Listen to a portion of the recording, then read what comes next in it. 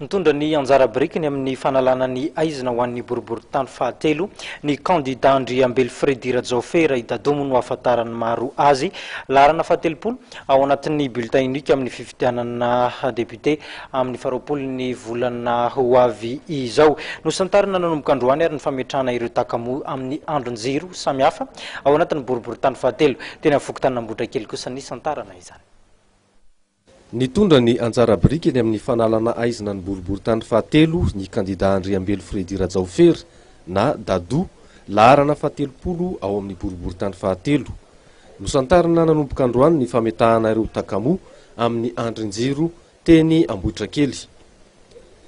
Takamo miisa 520 no aparitaky ny candidat Dadou hitondra hazavana manerana n'ireo fokontany miisa 430 ao amin'ny boriboritany fahatelo. Manana tanjaka 100 ka hatramin'ny 200 izy ireo.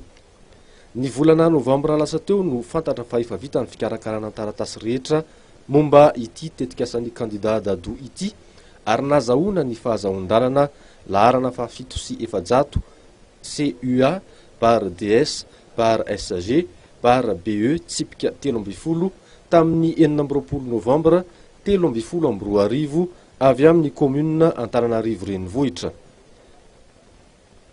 Manampy betsaka amin'ny asa fitandronan'ny fandriampahalemana ao amin'ny boriboritany fahatelo izao tetikasa famerenana amin'ny laoniny ny takamo amin'ny andrin-jiro izao.